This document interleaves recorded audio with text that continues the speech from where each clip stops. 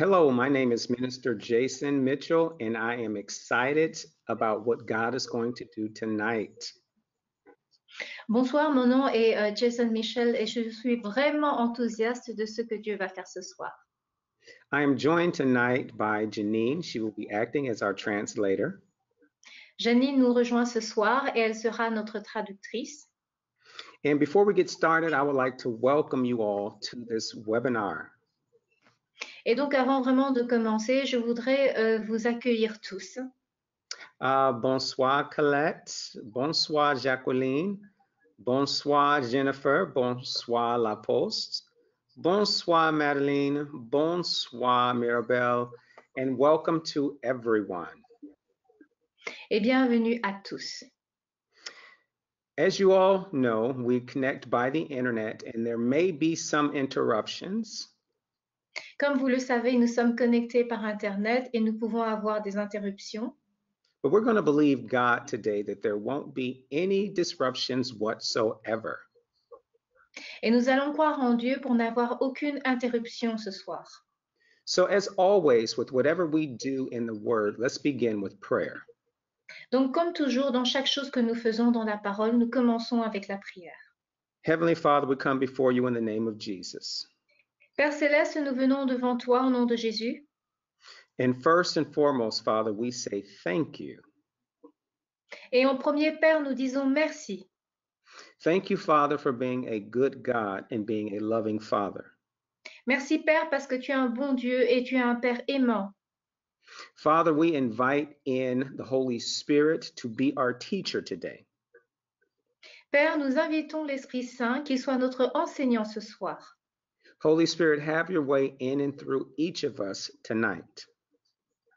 Esprit Saint, aide chacun d'entre nous ce We soir. acknowledge you as the teacher, and we receive your wisdom in Jesus' name. Nous te reconnaissons en tant qu'enseignant et nous recevons ta sagesse au nom de Jésus. All right, praise the Lord, everybody. We are ready to begin. Louons le Seigneur, tout le monde, nous sommes prêts à commencer.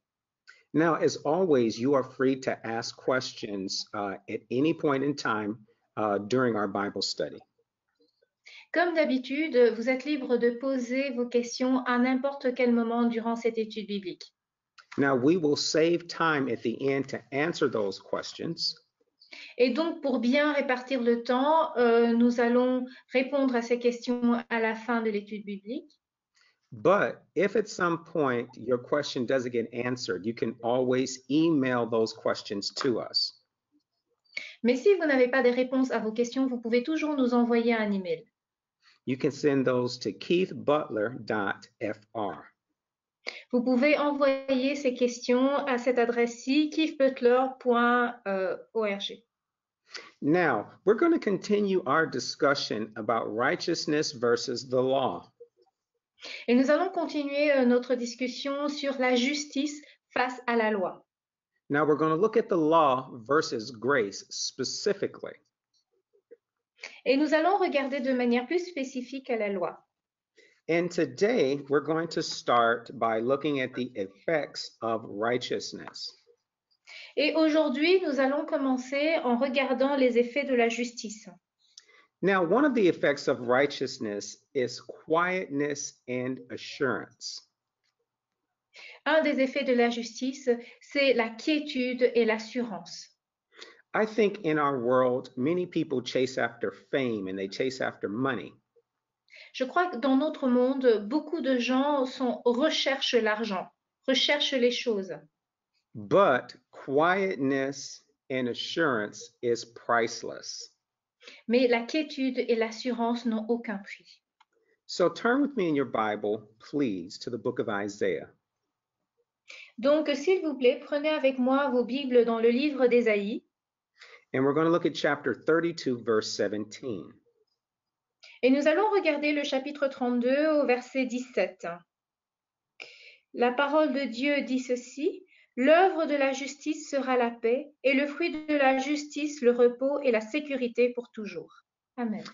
Amen. So we see that the work of righteousness is peace. Et nous voyons que l'œuvre de la justice, c'est la paix. And the effect of righteousness is quietness and assurance. Et le fruit de la justice, c'est le repos et la sécurité. Now, as we continue our discussion today, I want you to pay attention to what belongs to you. Et donc, comme nous allons continuer cette discussion aujourd'hui, je voudrais que vous portiez votre attention à ce qui vous appartient. Remember that you are the righteousness of God in Christ Jesus. Rappelez-vous que vous êtes la justice de Dieu en Christ Jésus. And because you are the righteousness of God in Christ Jesus, we see that quietness and assurance is yours. Et parce que vous êtes la justice de Dieu en Christ Jésus, la justice, le repos et la sécurité vous appartiennent. So as we pray as the righteousness, we have assurance of what we pray for. Et donc nous, en tant que justice de Dieu, lorsque nous prions, nous avons l'assurance de recevoir ce pourquoi nous prions. Now, that's not just something we say, that's something that we read in the Bible. Ce n'est pas quelque chose que nous disons simplement, mais c'est quelque chose que nous lisons dans la Bible. So turn with me to the book of 1 John chapter 5. Et donc, tournez avec moi vos Bibles dans le livre de 1 Jean au chapitre 5. And we're going to look at two of my favorite scriptures in the entire Bible. Et nous allons regarder un de mes versets favoris dans toute la Bible, Okay, verses 14 and 15. les versets 14 ainsi que le verset 15. La Bible dit, « Nous avons auprès de lui cette assurance que si nous demandons quelque chose selon sa volonté, il nous écoute. Et si nous savons qu'il nous écoute, quelque chose que nous demandions, nous savons que nous possédons la chose que nous lui avons demandée. » Amen. Notice what this verse tells us. It tells us that we can have confidence in what we pray for. Ce verset nous dit que nous pouvons avoir l'assurance de ces choses pour lesquelles nous prions. That confidence comes because we are praying the word of God. Cette assurance vient parce que nous prions la volonté de Dieu, la parole de Dieu. Now, whenever you pray the word of God, you are praying the will of God. Chaque fois que vous priez la parole de Dieu, vous priez la volonté de Dieu. So therefore, the answer is already yes. Et donc, la réponse est déjà oui. Now, notice verse 15 says that whatever we ask, he hears us. Et remarquez ce qu'il est écrit au verset 15, que nous possédons la chose que nous lui avons demandée. So when God hears us praying his will, his answer is yes. Lorsque Dieu nous entend prier sa volonté, sa réponse est oui. Now, that is something to shout about and to be excited about. C'est quelque chose pour lequel nous devons être vraiment très enthousiastes et nous réjouir. Now, you might say, Minister Mitchell, why? Why is that? Et vous pouvez me poser la question, Ministre Mitchell, pourquoi est-ce qu'il en est ainsi? It's because many people think that God doesn't hear them and he doesn't answer their prayer. C'est parce que beaucoup de personnes pensent que Dieu n'écoute pas leurs prières et que Dieu ne répond pas à leurs prières. And there's many people that don't know if they pray, will God answer me? Et il y a beaucoup de gens qui ne savent pas que s'ils prient, Dieu va leur répondre. Well, praise the Lord, child of God. Now you can be certain. Louons le Seigneur, enfant de Dieu, vous pouvez avoir l'assurance. Because you found it in the word of God. Parce que vous avez trouvé cela dans la parole de Dieu. So you found the promise of God in the word that says, if you pray his will, he hears you.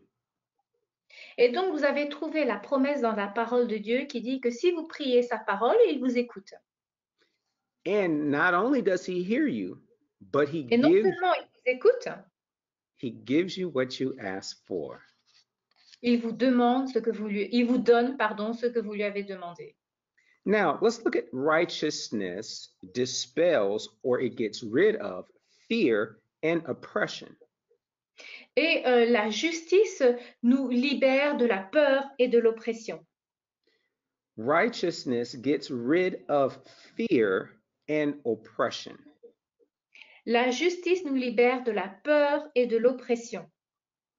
Now, That is major. That is something so important C'est quelque chose qui est tellement important because fear brings torment. parce que la peur emmène le tourment. So let's look at the book of Isaiah, chapter 54. Et donc, nous allons regarder le livre d'Ésaïe au chapitre 54. And we're going to look at verses 14 and 15. Et nous allons regarder les versets 14 et 15.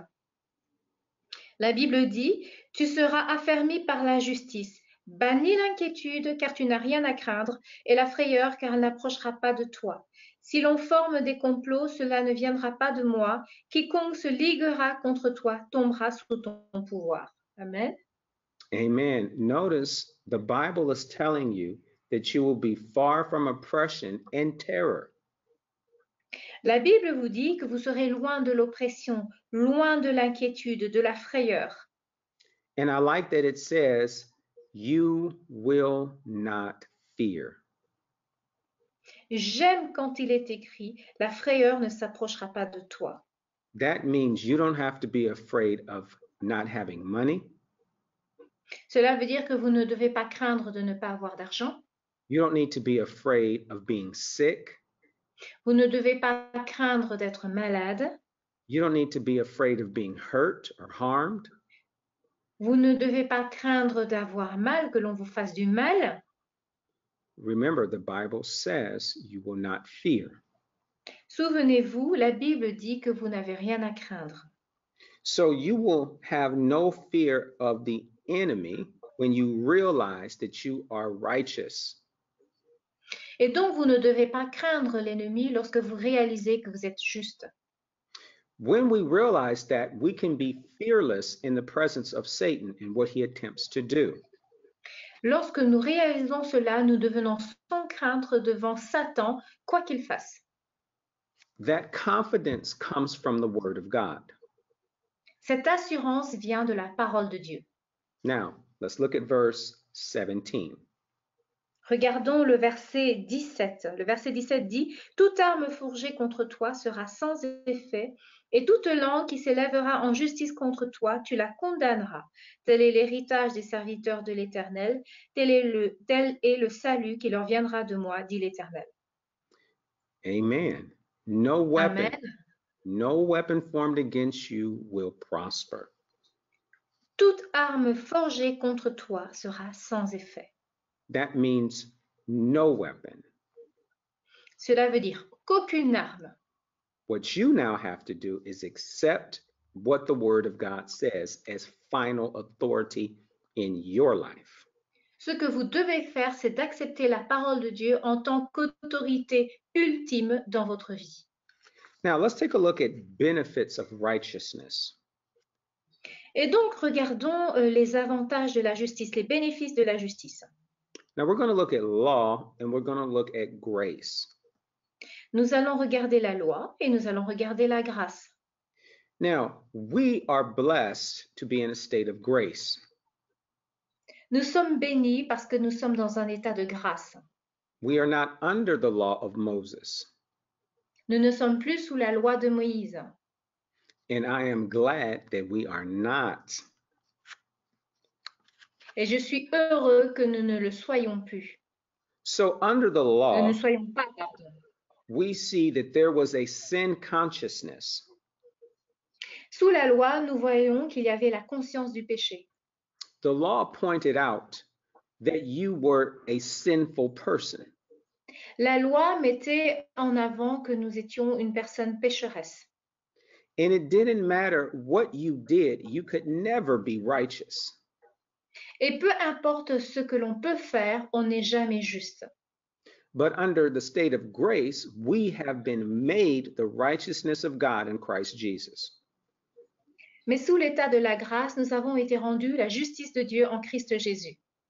Under the law, they were the servants of God. Sous la loi, ils étaient serviteurs de Dieu. Now, this might sound strange to some of you, Cela peut sembler étrange à certains d'entre vous, but nobody in the Old Testament was a Christian. Mais personne dans l'Ancien Testament n'était chrétien. Not Moses, not Moïse ne l'était Abraham, pas, not Abraham Isaiah, ne l'était pas, Ésaïe ne l'était pas, not David or Solomon. David ou Salomon ne l'était pas, Daniel was not a Christian. Daniel n'était pas chrétien. That's because Jesus had not yet come. C'est parce que Jésus n'était pas encore venu. He didn't die. He didn't rise from the dead. Il n'était pas mort et n'était pas ressuscité. So they were all servants of God. Donc, ils étaient tous serviteurs de Dieu. But you and I, we are sons and daughters of God. Mais vous et moi, nous sommes fils et filles de Dieu. Under the law, they had to do works. Sous la loi, ils devaient accomplir des œuvres. They had to sacrifice. Ils devaient faire des sacrifices. They had to go to the temple. Ils devaient aller au temple. They had to observe festivals and rituals. Ils devaient observer des rituels. See, the blood of Jesus did away with all of that. Vous savez, le sang de Jésus nous a débarrassés de tout cela. Under the state of grace, we live by and we walk by faith. Sous l'état de grâce, nous vivons et nous marchons par la foi. We receive this new life by faith. Nous recevons cette nouvelle vie par la foi. We are born again by faith. Nous sommes nés de nouveau par la foi. Under the law, they had to do continual and constant animal sacrifices. Sous la loi, ils devaient faire des sacrifices d'animaux de manière continuelle et constante. See, as they did those sacrifices, they were constantly reminded of their sin. Et comme ils faisaient constamment ces sacrifices, ils se souvenaient de manière constante de leurs péchés. But Jesus was our once and for all time sacrifice. Mais Jésus a été notre sacrifice une fois pour toutes. And when we meditate his word, we are constantly reminded that we are the righteousness of God in Christ Jesus. Et lorsque nous méditons la parole, on nous rappelle constamment que nous sommes la justice de Dieu en Christ Jésus. In the law, they had guilt and they were condemned. Dans la loi, ils avaient la culpabilité et ils étaient condamnés. But under grace, we have assurance and peace. Mais sous la grâce, nous avons l'assurance et la paix. Under the law, we see them suffering physical death. Sous la loi, nous les avons vus souffrir de la mort physique. We have promise of life eternal. Nous avons la promesse de la vie éternelle. They did not have the promise of eternal life. Ils n'avaient pas reçu la promesse de la vie éternelle. Under the law, they feared God. Sous la loi, ils craignaient Dieu. Now, we respect God. Nous respectons Dieu. We reverence him. Nous l'honorons. But we have the boldness to go before his throne. Amen. Mais nous avons cette assurance et cette témérité de pouvoir aller devant son trône. Because we are righteous, we have permission and we have a place before the throne of God. Parce que nous avons la justice, nous avons la permission et nous avons notre place devant le trône de Dieu. Now, under the law, they had the law of Moses. Sous la loi, il y avait la loi de Moïse. And they had fear. Et ils avaient la peur. Fear of breaking the law. La peur d'outrepasser la loi. We have love and joy. Nous avons l'amour et la joie. Because we operate in the law of love. Parce que nous opérons sous la loi de l'amour. Under the law, they were in debt to God.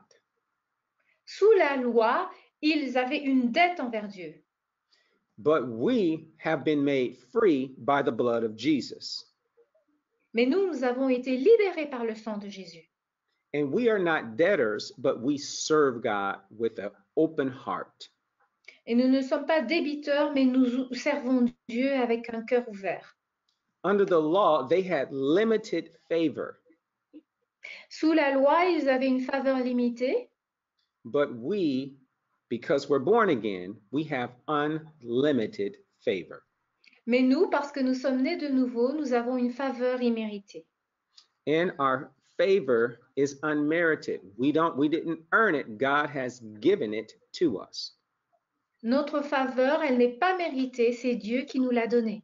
Nous ne l'avons même pas gagnée. Now, let's turn our discussion to talking about the foundations of Christ and baptism. Continuons notre discussion en parlant des fondations du Christ et du baptême.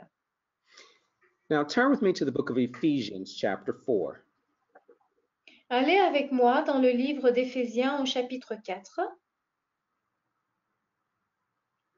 And we're going to look at verses 4 and 5. Et nous allons regarder les versets 4 et 5. La parole de Dieu dit, « Il y a un seul corps et un seul esprit, comme aussi vous avez été appelés à une seule espérance par votre vocation. Il y a un seul Seigneur, une seule foi, un seul baptême. » All right, now we're going to talk about baptism in a moment, but let's continue to read scripture. Turn with me now to Matthew chapter 3. Dans un moment, nous allons parler de baptême et continuons dans les Écritures et allons dans le livre de Marc au chapitre 3. Matthew, the third chapter. Oh, pardon, Matthieu, le 3e chapitre. We're going to look at verse 11, or chapter 3, verse Et nous 11. allons regarder au verset 11. Et la parole de Dieu dit, « Moi, je vous baptise d'eau pour vous amener à la repentance, mais celui qui vient après moi est plus puissant que moi, et je ne suis pas digne de porter ses souliers. Lui, il vous baptisera du Saint-Esprit et de feu. » All right, so when we read Ephesians, it said there was one baptism. Lorsque nous avons lu Éphésiens, nous avons vu qu'il y a un seul baptême. We see John here talking about being baptized with water. Ici, on parle, Jean qui parle du baptême d'eau, But he's also talking about being baptized with the Holy Spirit. mais il parle également du fait d'être baptisé par le Saint-Esprit. Now, let's go to the book of 1 Corinthians, chapter 12. Allons dans le livre de 1 Corinthiens, au chapitre 12, And we're going to read verse 13. et nous allons lire le verset 13. Nous avons tous en effet été baptisés dans un seul esprit pour former un seul corps, soit juif, soit grec, soit esclave, soit libre, et nous avons tous été abreuvés d'un seul esprit. Amen. So we will be Amen. baptized into one body. Et donc, nous serons baptisés en un seul corps. So the Holy Spirit, he makes us one body. Et donc, l'Esprit Saint fait de nous un seul corps. Remember, each of us, we are related to each other by the blood of Jesus. Rappelez-vous, chacun d'entre nous, nous sommes liés les uns aux autres par le sang de Jésus. We are family, Nous sommes une famille and we are the body of Christ. et nous sommes le corps de Christ. So the word baptize, it means to submerge, to be placed into, and to immerse. Et donc, le mot baptiser, cela veut dire submerger, cela veut dire placer quelque chose immergé. So you can be submerged in water. Et donc, vous pouvez être submergé dans l'eau You can be placed into the body of Christ. et vous pouvez être placé dans le corps de Christ. Now, the new birth took us from one kingdom La nouvelle naissance nous emmène d'un royaume and it immersed us into another. et nous emmène et nous immerge dans un autre royaume. So we have been taken out of Satan's kingdom Et donc, on nous a sortis du royaume de Satan and we have been placed into the kingdom of God. et nous avons été placés dans le royaume de Dieu. Amen. Amen. We are no longer in Satan's kingdom. Nous ne sommes plus dans le royaume de Satan. Now, let's go to the book of Colossians for a moment, chapter 1. Pour un moment, allons dans le livre de Colossiens au chapitre 1, Because I want to point this out to you in scripture. parce que je veux mettre l'accent en vous montrant les Écritures. Colossians chapter 1, and we're going to look at verse 13. Colossiens 1, et nous allons regarder au verset 13. Qui nous a délivrés de la puissance des ténèbres et nous a transportés dans le royaume du Fils de son amour. Amen. So this scripture right here shows us that we have been taken from Satan's kingdom and put into the kingdom of God.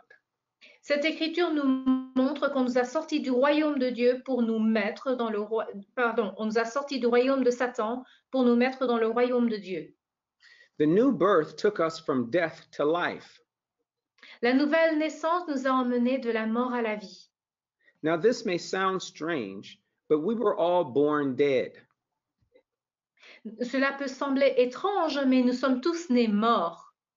We were all born disconnected from God, spiritually dead. Nous sommes tous nés déconnectés de Dieu, morts spirituellement.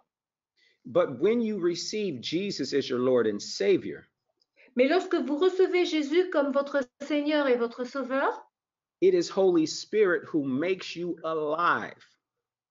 C'est son Saint-Esprit qui vous rend vivant. Praise God. This is Louons what he Dieu.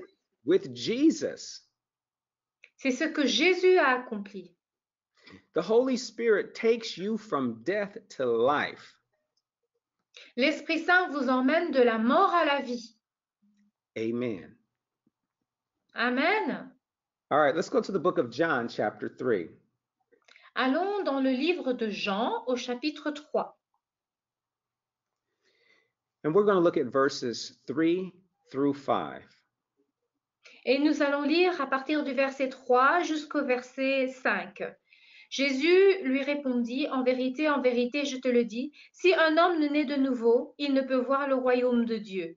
Nicodème lui dit, comment un homme peut-il naître quand il est vieux? Peut-il rentrer dans le sein de sa mère et naître? Jésus lui répondit, en vérité, je te le dis, si un homme ne naît d'eau et d'esprit, il ne peut entrer dans le royaume de Dieu.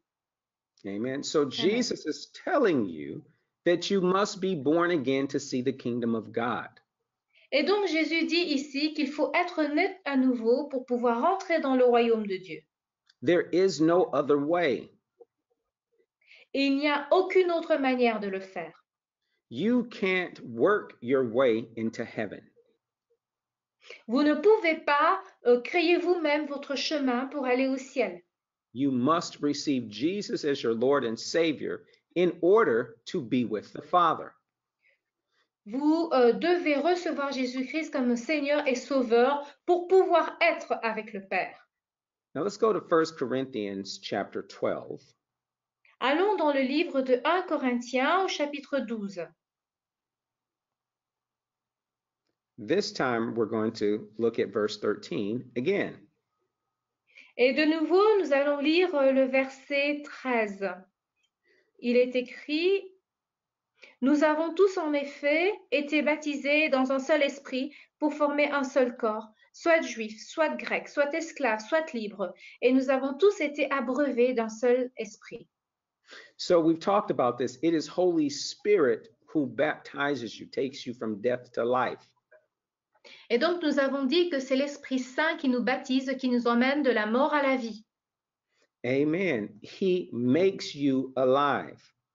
Il vous rend vivant. And he places you or immerses you into the body of Christ. Et il vous place ou il vous immerge dans le corps de Christ.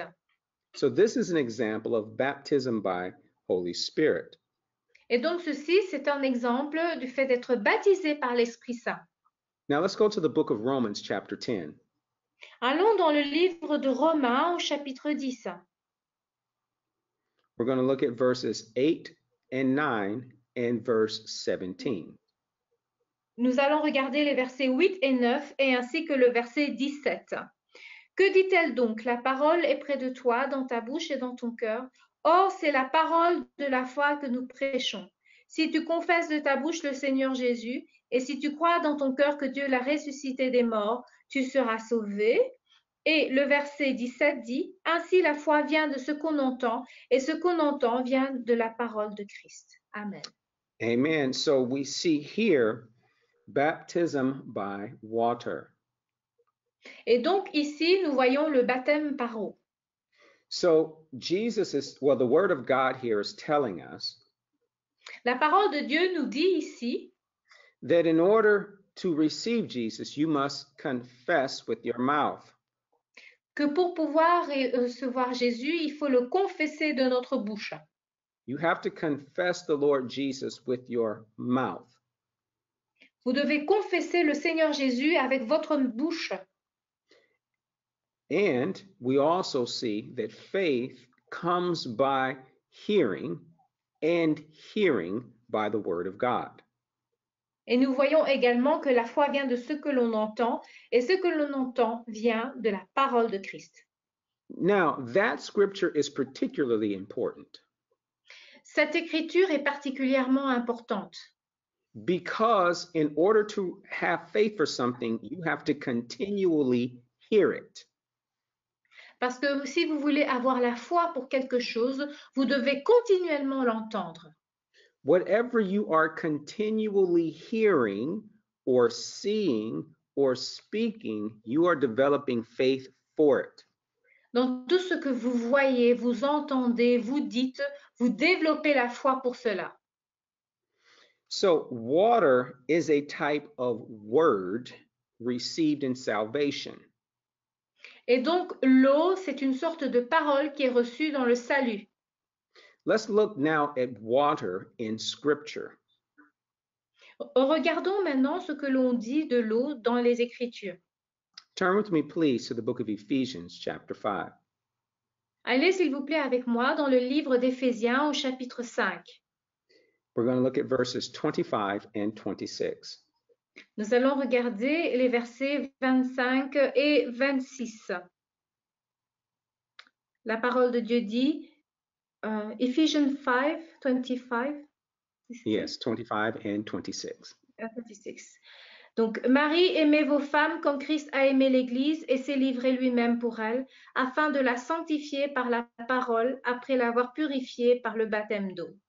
Amen. Amen. So here we see something very interesting. Ici, nous voyons quelque chose de très intéressant. We see that verse 26 says that we might be sanctified and cleansed. Le verset dit que nous devons être sanctifiés et purifiés. But notice how, with the washing of the water by the word. Et comment? En étant lavés par l'eau de la parole. Now, we're not talking about physical water that you drink or take a shower with. Et on ne parle pas de l'eau physique que l'on boit ou l'eau avec laquelle on prend sa douche. We're talking about the word of God. Nous parlons de la parole de Dieu.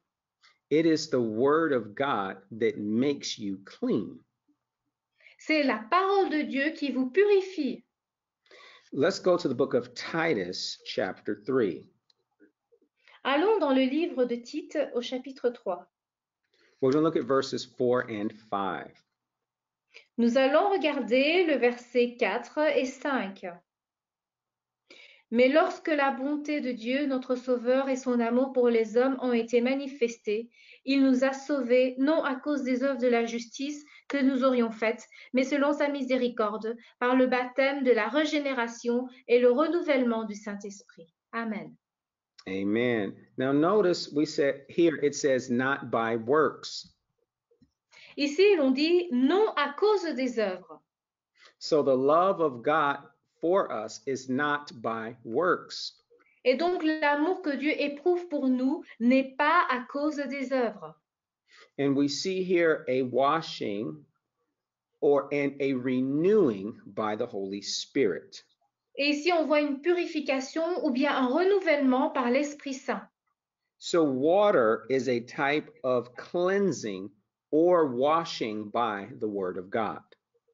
Et donc, l'eau, c'est un type de purification ou de nettoyage par la parole de Dieu. So, because of Adam's sin, man had a spiritual problem.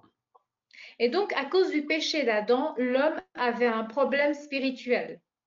And that problem was we were born dead, spiritually disconnected from God. Et donc, ce problème est que nous étions morts, nous étions complètement spirituellement déconnectés de Dieu. So a spiritual problem needed a spiritual solution. Donc, un problème spirituel a besoin d'une solution spirituelle. Let's go to the book of Romans again, chapter 3. Revenons au livre de Romains, au chapitre 3. And we're going to look at verses 22 and 23. Et nous allons regarder au verset 22 et au verset 23. Justice de Dieu par la foi en Jésus-Christ pour tous ceux qui croient. Il n'y a point de distinction, car tous ont péché et se sont privés de la gloire de Dieu. Amen. Amen. Notice verse 23. Regardez ce qu'il est dit au verset 23. It says, all have sinned and come short of the glory of God. Il dit, car tous ont péché et se sont privés de la gloire de Dieu. That means nobody is perfect. Cela veut dire que personne n'est parfait. So let's extend to our brothers and sisters in Christ the same mercy and grace that we want them to extend to us. Et donc, donnons à nos frères la même miséricorde que nous voulons recevoir de leur part. All right, so we see here that Jesus, it is because of him and our belief in him. Et nous voyons donc que c'est à cause de Jésus et que c'est parce qu'on croit en lui that we are made his body. Que nous sommes devenus son corps. And there is no difference among us. Et qu'il n'y a aucune différence entre nous. That's because we have been made right by God through Jesus Christ. C'est parce qu'au travers de Jésus-Christ, Dieu a fait de nous des justes. Let's go to the book of John. Allons dans le livre de Jean. Chapter 15. Au chapitre 15. And we're going to look at verse 3. Et nous allons lire le verset 3. Le verset 3 dit, « Déjà vous êtes purs à cause de la parole que je vous ai annoncée. » Amen. Oh, so Jesus is saying that we are clean because of the word that he has spoken to us. Jésus dit que nous sommes purs à cause de la parole qu'il nous a annoncée. This is another example of being made clean by the word of God. C'est un autre exemple qui démontre que nous sommes purifiés par la parole de Dieu. Now, let's go to John, the 6th chapter. Et donc, allons au 6e chapitre de Jean. And we're going to look at verse 63. Et nous allons regarder le verset 63. C'est l'esprit qui vivifie, la chair ne sert de rien. Les paroles que je vous ai dites sont esprit et vie. Amen. Jesus is telling us it is the Spirit, this is Holy Spirit, that quickens us. Jésus nous dit que c'est l'esprit, le Saint-Esprit qui nous vivifie. Now, that means he gives us life or makes us alive. Cela veut dire qu'il nous donne la vie ou, en d'autres termes, qu'il nous rend vivants. And then Jesus said the words that he speaks, he, Jesus, et donc Jésus a dit que les paroles qu'il parle, qu'il dit, they are spirit and they are life. Sont esprit et vie. So the spiritual problem that man had required a spiritual solution. Donc le problème spirituel que l'homme avait exigeait une réponse, une solution spirituelle.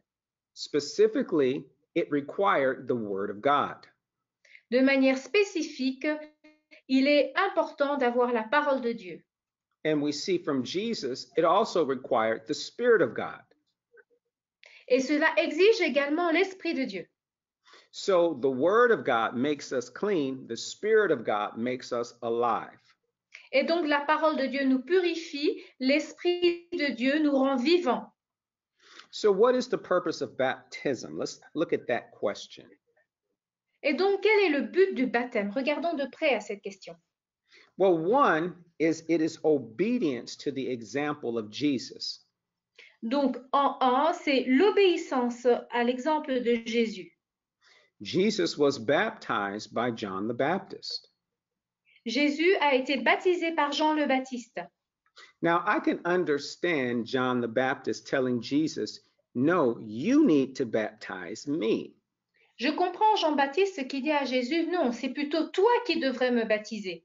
Can you imagine Jesus coming to you and saying, I need you to baptize me? Pouvez-vous imaginer cet exemple, Jésus qui vient avec vous et qui vous dit, j'ai besoin que tu me baptises? But Jesus was obedient to what God told him to do. Mais Jésus était obéissant à ce que Dieu lui avait demandé de faire. And so, one purpose of baptism is that we are obedient to Jesus' example. Et donc, la première chose, c'est que nous devons être obéissants à l'exemple de Jésus. Now, let's go back to the book of Romans, chapter 6. Et donc, revenons au livre de Romains, au chapitre 6. And we're going to look at verses 3 through 5. Et nous allons lire à partir du verset 3 jusqu'au verset 5. Ignorez-vous que nous tous qui avons été baptisés en Jésus-Christ, c'est en sa mort que nous avons été baptisés. Nous avons donc été ensevelis avec lui par le baptême en sa mort, afin que comme Christ est ressuscité des morts par la gloire du Père, de même, nous aussi, nous marchions en nouveauté de vie. En effet, si nous sommes devenus une même plante avec lui par la conformité à sa mort, nous le serons aussi par la conformité de sa résurrection. Amen. So, a second Amen. reason why the purpose of baptism is it's a symbol of our death to sin. Et donc, une autre des raisons du baptême, c'est que le baptême est le symbole de la mort au péché. So, we are showing death to sin and death to ourself. Sorry, I didn't catch it. So a purpose of baptism is that we are showing death to sin and death to ourself, our own bodily desires and wants. Et donc, le but du baptême, c'est que nous montrons la mort au péché et la mort à tous nos désirs, à tous nos péchés. So the new baptism must always take place after the conversion. Et donc, le baptême doit toujours se faire après la conversion. So in the New Testament, baptism always takes place after we are born again. Et donc, dans le Nouveau Testament, le baptême se fait toujours après la nouvelle naissance. Let's go to the book of Acts, chapter 8. Allons dans le livre de Actes au chapitre 8. We're going to look at verses 12 and 37 through 39. Nous allons regarder le verset 12 et puis le verset 37 à 39. Le verset 12 dit, « Mais quand ils eurent cru à Philippe qui leur annonçait la bonne nouvelle du royaume de Dieu et du nom de Jésus-Christ, hommes et femmes se firent baptiser. » Et maintenant, nous allons au verset 37. Philippe dit, « Si tu crois de tout ton cœur, cela est possible. » L'eunuque répondit, « Je crois que Jésus-Christ est le Fils de Dieu. » Il fit arrêter le char. Philippe et l'eunuque descendirent tous les deux dans l'eau et Philippe baptisa l'eunuque. Amen. Amen. So we see here in this example that after being born again, someone being baptized. Et nous voyons l'exemple ici qu'après être né de nouveau, ces personnes ont été baptisées. So one of the things that people sometimes have a problem with is being baptized in the name of Jesus. Une des choses avec lesquelles les gens ont des problèmes, c'est de se faire baptiser au nom de Jésus. Because for so many years, the Catholic Church baptizes in the name of the Father, the Son, and the Holy Spirit. Pendant si longtemps, l'Église catholique a baptisé au nom du Père, du Fils et du Saint-Esprit. It is valid to baptize in the name of Jesus, Est-ce que c'est mal de baptiser au nom de Jésus? but we don't see it mentioned in these instances. On ne voit pas que c'est mentionné ici. Now let's go to the book of Matthew, the 28th chapter. Allons dans le livre de Matthieu au chapitre 28. And we're going to read verse 19. Et nous allons lire le verset 19. Allez, faites de toutes les nations des disciples, les baptisant au nom du Père, du Fils et du Saint-Esprit. Now Jesus commanded us to teach the commandment, which is love, Jésus nous demande d'enseigner le commandement qui est l'amour, but he also commanded us that we teach baptism. mais il nous commande également d'enseigner sur le baptême. There should be no strife over baptism. Il ne devrait avoir aucune querelle concernant le baptême. Remember, strife is something that Satan uses. Rappelez-vous que les querelles, Satan les utilise. Satan uses strife to divide people. Satan utilise les querelles pour diviser les gens. So God, he looks at the heart of man. Et donc Dieu, lui, regarde le cœur de l'homme. But it's man who looks on outward appearances or how things appear to be. Mais c'est l'homme qui a tendance à regarder l'apparence extérieure.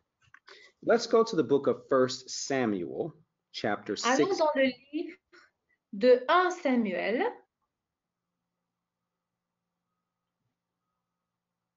We're going to go to chapter 16. Et nous allons donc aller au chapitre 16. And we'll read verse 7. Et nous allons lire le verset 7. Et l'Éternel dit à Samuel, ne prends point garde à son apparence et à la hauteur de sa taille, car je l'ai rejeté. L'Éternel ne considère pas ce que l'homme considère. L'homme regarde à ce qui frappe les yeux, mais l'Éternel regarde au corps. Amen. So we see here that God is talking to the prophet Samuel. Ici, nous voyons Dieu qui parle au prophète Samuel. And Samuel was anointing David to be king. Et Samuel oignait David pour qu'il devienne roi. But David didn't look like a king to Samuel. Mais aux yeux de Samuel, David n'avait pas l'apparence d'un roi. So God is telling him, don't look at how somebody appears to be. Et donc Dieu lui dit de ne pas regarder à l'apparence extérieure des hommes. And God tells Samuel, I don't see the way men see. Et Dieu dit à Samuel qu'il ne voit pas comme les hommes, eux, voient. God says, I look at the heart of a man. Dieu dit, je regarde le cœur de l'homme. Now, when we talk about God the Father, God the Son, and God Holy Spirit, they are in complete agreement. Et donc, lorsque nous parlons de Dieu le Père, Dieu le Fils et Dieu le Saint-Esprit, ils sont dans un accord complet. Let's go to the book of 1 John, chapter 5. Allons dans le livre de 1 Jean au chapitre 5. And we'll read verse 7. Et nous allons lire le verset 7. Car il y en a 3 qui rendent témoignage. Amen. All right, so there are 3 that bear witness in heaven, the Father, the Word, and the Holy Ghost. Car il y en a 3 qui rendent témoignage, le Père, la parole et l'Esprit Saint. And notice they are one. They are in complete agreement. En fait, ils sont un. Ils sont dans un accord parfait. They are representatives of each other. Ils se représentent les uns les autres. So when we look at the example of the Godhead, God the Father, God the Son, and God Holy Spirit, Et lorsque nous regardons l'exemple de Dieu ici, Dieu le Père, Dieu le Fils et Dieu le Saint-Esprit, we see that there is no division among them. nous voyons qu'il n'y a aucune division parmi eux. And now, if there is no division among them, then there should be no division among us. S'il n'y a aucune division entre eux, il ne devrait y avoir aucune division entre nous. We should not be divided over the issue of baptism. Nous ne devons pas être divisés concernant le baptême. Let's go to the book of 1 Corinthians, chapter 1. Allons dans le livre de 1 Corinthiens au chapitre 1. And we're going to look at verses 17 and 21. Et nous allons regarder les versets 17 et les versets 21. 17. Ce n'est pas pour baptiser que Christ m'a envoyé, c'est pour annoncer l'évangile, et cela sans la sagesse du langage, afin que la croix de Christ ne soit pas rendue vaine. 21. Le verset 21. Car puisque le monde avec sa sagesse n'a point connu Dieu, dans la sagesse de Dieu, il a plu à Dieu de sauver les croyants par la folie de la prédication. Amen. Amen. Amen. So Paul said it is the preaching of the cross that saves, not baptism. Paul dit que c'est la prédication de la croix qui sauve, ce n'est pas le baptême qui sauve. Now, I'm going to say that again. It is the preaching of the cross that saves, not baptism.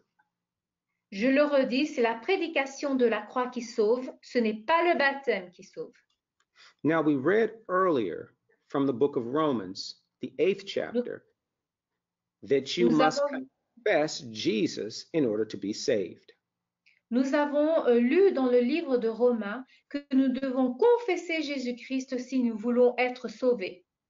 So it is the confession of Jesus as your Lord and Savior that saves you. Et donc, c'est la confession de Jésus en tant que votre Seigneur et Sauveur qui vous sauve. It is not baptism. Ce n'est pas le baptême. Amen? Amen. So many things are settled just by reading the Bible. Et donc, beaucoup de choses sont établies juste par le fait de lire la Bible. So now let's look, using the name of Jesus means that you adhere to all that Jesus is and he represents. Et donc, utiliser le nom de Jésus, cela veut dire que vous êtes en accord avec tout ce que le nom de Jésus est et tout ce qu'il représente. So if we are following Jesus and using his name, donc si nous suivons Jésus et que nous utilisons son nom, then we have to do all that he has told us to do. Et donc nous devons faire tout ce qu'il nous demande de faire. So let us put baptism in its proper place. Et donc remettons le baptême à sa place. Remember, the creation is not greater than the creator. Rappelez-vous que la création n'est pas plus grande que le créateur. And the creator told you, you must confess Jesus with your mouth and believe in your heart in order for you to be saved. Si le créateur dit que vous devez confesser Jésus-Christ et croire dans votre cœur pour pouvoir être sauvé, amen. Il faut le faire. Amen. All right. So let's look at repentance from dead works. Et donc, nous allons voir ce qu'il en est de la repentance face aux œuvres mortes. So what does repentance mean? Qu'est-ce que la repentance veut dire? Now, this is a very, very important concept that you must understand. Ceci, c'est un concept qui est très important et que vous devez comprendre. To repent means that you turn away from something. Se repentir, cela veut dire que vous vous détournez de quelque chose. It means that you go in the opposite direction. Cela veut dire que vous allez à la direction opposée. It means that you change your mind, your purpose, and how you see something. Cela veut dire que vous changez votre pensée, votre but et la manière dont vous concevez les choses. So, such a change is necessary, it's voluntary, and God doesn't make you do it. Donc un tel changement est nécessaire et volontaire et Dieu ne vous oblige pas à le faire. Now, we repent because we love God, Nous nous repentons parce que nous aimons Dieu not because we are afraid of Him. et pas parce que nous avons peur de lui. So, as a Christian, as a believer, you want to do those things that are pleasing to God. Et donc en tant que chrétien, en tant que croyant, vous voulez faire toutes ces choses qui plaisent à Dieu. So, how is repentance related to the sinner? Et donc comment est-ce que la repentance peut se relier au pécheur? Well, the sinner turns away from sin or unrighteousness. Le pécheur se détourne du péché et de tout ce qui n'est pas la justice. And then they turn toward God. Et il se tourne vers Dieu. So you see, the sinner was going in one direction, they repented, and now they've turned towards God. Et donc le pécheur suivait une direction, ils se sont repentis et ils se sont détournés et tournés vers Dieu. Now, at this point, the sinner shows a change of mind, a change of heart. À ce moment-là, le pécheur montre un changement de pensée et un changement de cœur. Their purpose in life, how they view things, has changed. Les buts de leur vie, quelle est la perspective qu'ils ont des choses et cette perspective a changé. Let's go to the book of Acts, chapter 8. Et nous allons aller dans le livre de Actes au chapitre 8. And we're going to read verses 21 and 22. Et nous allons lire les versets 21 et les versets 22. Il n'y a pour toi ni part ni lot dans cette affaire, car ton cœur n'est pas droit devant Dieu. Repens-toi donc de ta méchanceté et prie le Seigneur pour que la pensée de ton cœur te soit pardonnée s'il est possible. Amen. So you want to repent, to turn away from what you're doing and go towards God, which is the opposite direction. Et donc, vous voulez vous repentir, vous vous détournez de ce que vous faisiez pour aller regarder dans la direction de Dieu. Now, how does repentance relate to the believer? Et comment est-ce que la repentance a un lien avec le croyant? Well, the born again believer turns away from sin and dead works. Le croyant né de nouveau se détourne du péché et des œuvres mortes. Now, these things are revealed to the believer by Holy Spirit. Ces choses sont révélées aux croyants par l'Esprit Saint. Let's look at the book of Revelation, chapter 3. Regardons le livre de l'Apocalypse au chapitre 3. And we'll look at verses 2 and 15. Et nous allons regarder les versets 2 et 15. Sois vigilant et affermis le reste qui est près de mourir, car je n'ai pas trouvé tes œuvres parfaites devant mon Dieu. Et le verset 15 dit ceci.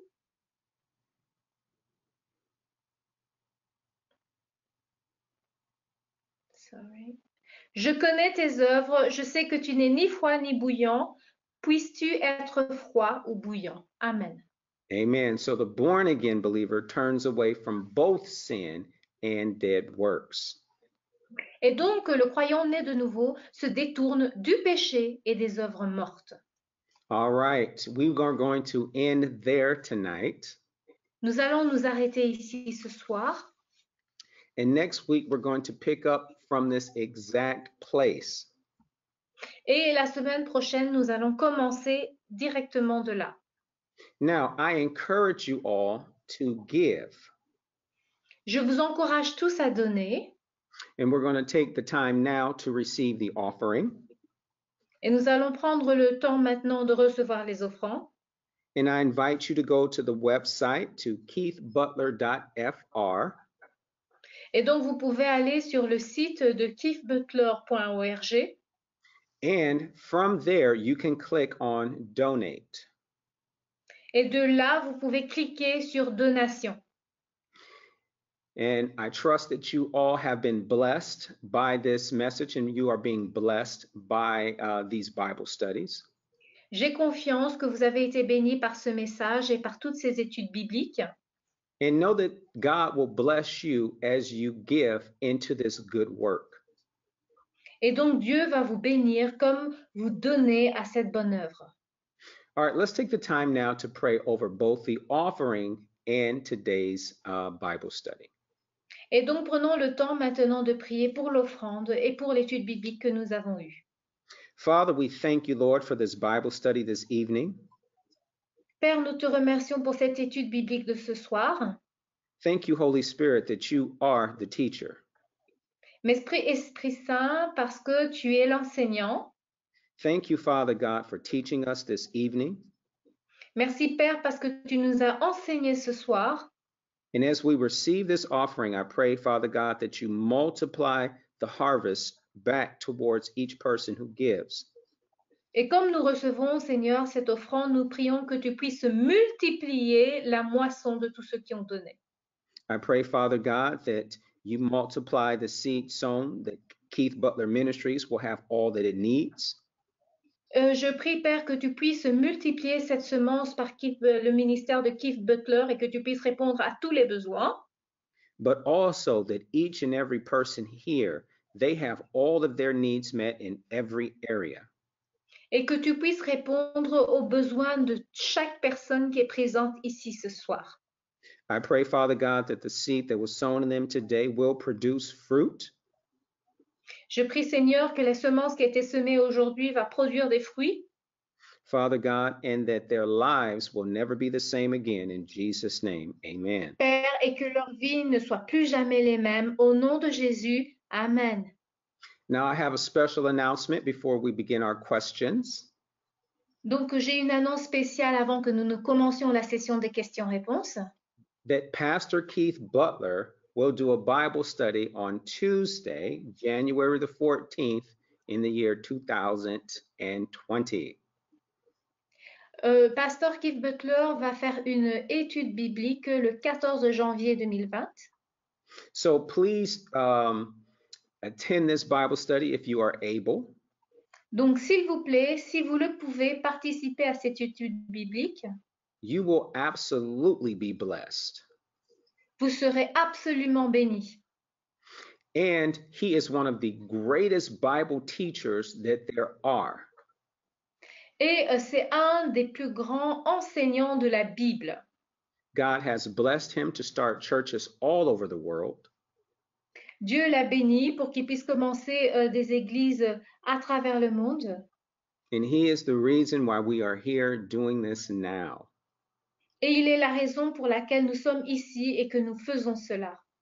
So take advantage of this blessed opportunity. Et donc, prenez avantage de cette opportunité qui est vraiment une bénédiction. All right, let's take a look at our first question tonight. Et donc, regardons notre première question de ce soir. Now, the first question says, in 1 John 5, 16 through 17, what is that sin that leads to death? Et donc, comme nous avons lu dans 1 Jean 5, il est écrit que le péché mène à la mort. All right, let's take a look at 1 John chapter 5. We're going to read verses 16 and 17. Et nous allons lire dans 1 Jean 5, le verset 17 à 16 et 17, pardon. La parole de Dieu dit, si quelqu'un voit son frère commettre un péché qui ne mène point à la mort, qu'il prie et Dieu donnera la vie à ce frère. Il la donnera à tous ceux qui commettent un péché qui ne mène point à la mort. Il y a un péché qui mène à la mort. Ce n'est pas pour ce péché-là que je dis de prier. Toute iniquité est un péché, et il y a tel péché qui ne mène pas à la mort. Amen. All right, so one of the things that you have to do whenever you are reading the Bible is you must read it in its context. Une chose qu'il faut faire lorsque vous lisez la Bible, c'est lire la parole dans son contexte. And that may require you to read the entire chapter or the entire book. Et donc, cela peut exiger de lire tout le chapitre ou tout le livre. So when we look at the 1 John chapter 5, Donc, lorsque nous regardons 1 Jean chapitre 5, we see that John is talking about faith in the Son of God. Nous voyons que Jean parle de la foi dans le Fils de Dieu. And when he gets down to verses 16 and 17, he's making his conclusion about his talking about faith in the Son of God. Et donc, lorsqu'on voit ces versets, excuse me, Pastor Misha. When he's talking about, well, he's making a conclusion about what he had been talking about previously. Et donc, il fait une conclusion de ce dont il parlait précédemment. So one of the things when you look at this, Et donc, lorsque vous regardez à cela, John may be talking about Christians that flagrantly offend God. il parle de chrétiens qui ont offensé Dieu. Or those that are walking away from the faith. Ou de ceux qui s'éloignent de la foi. So these types of sins, they do lead to death. Et donc, cette sorte de péché amène à la mort. It's not that God is killing you. Ce n'est pas que Dieu vous tue. Because God doesn't need to kill you to get you. Parce que Dieu n'a pas besoin de vous tuer pour vous avoir. We have 3 examples in the Bible where God took somebody. Nous avons 3 exemples dans la Bible lorsque Dieu a pris quelqu'un. And every time God took them, they were very much alive. Et chaque fois que Dieu les a pris, ils étaient vivants. Enoch, Elijah, and Jesus. Enoch, Élisée et Jésus. So what happens here is because people walk away from God, from the things of God, they're opening themselves up to sin. Ceux dont on parle ici, ce sont des gens qui s'éloignent de Dieu et qui s'ouvrent au péché. And the wages of sin is death. Et le salaire du péché, c'est la mort. So when you turn away from God, you're heading towards sin and death. Et donc, lorsque vous vous détournez de Dieu, vous allez vers le péché et la mort. This is why you repent, so you can turn from sin and go back to God. C'est pour cela qu'il faut se repentir, parce que vous tournez le dos au péché et vous vous tournez dans la direction de Dieu. Thank you for your question. Merci pour votre question. All right, question number 2. La deuxième question Says the steps of the righteous are ordered by God. il dit que les pas du juste sont conduits par Dieu. Will it be wrong to say God is able to help man take a right decision? Est-ce qu'il est mal de dire que Dieu va m'aider à prendre la bonne décision? No, it's not wrong to say that God can help you make a right decision. Non, il n'y a pas de mal à dire que Dieu peut vous aider à prendre la bonne décision. That's absolutely true. C'est vrai. Because the Holy Spirit, He is our comforter. Parce que l'Esprit Saint est notre consolateur. And one of the things that Jesus said in John chapter 16, Sorry. Et une des choses que Jésus a dites dans Jean chapitre 16, verse 13, au verset 13, is that the Holy Spirit would lead you and guide you into all truth. c'est que l'Esprit Saint va vous guider et vous conduire dans toute la vérité. So God will help you to make a right decision. He just won't make you make that decision. Donc Dieu va vous aider à prendre la bonne décision. Il ne va pas vous obliger à prendre une décision. Il vous aide.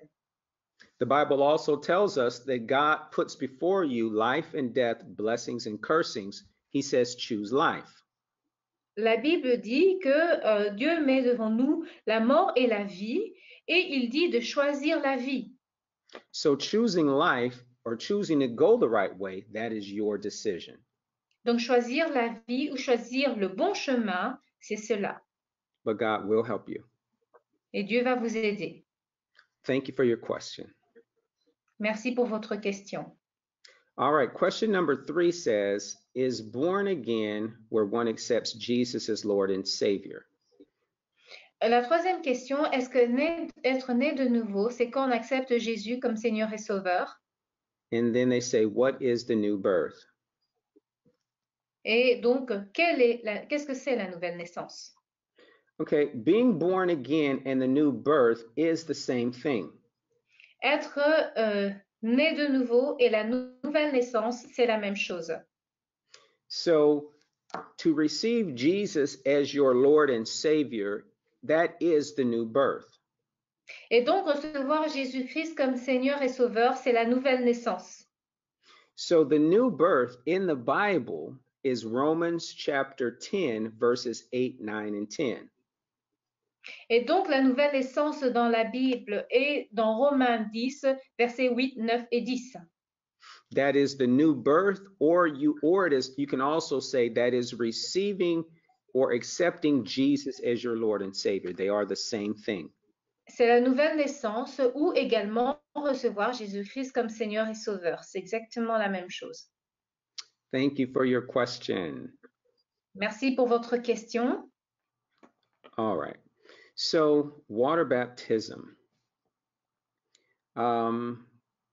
We did indeed talk about water baptism in our lesson, but let's go back and let's take a look at Matthew chapter 28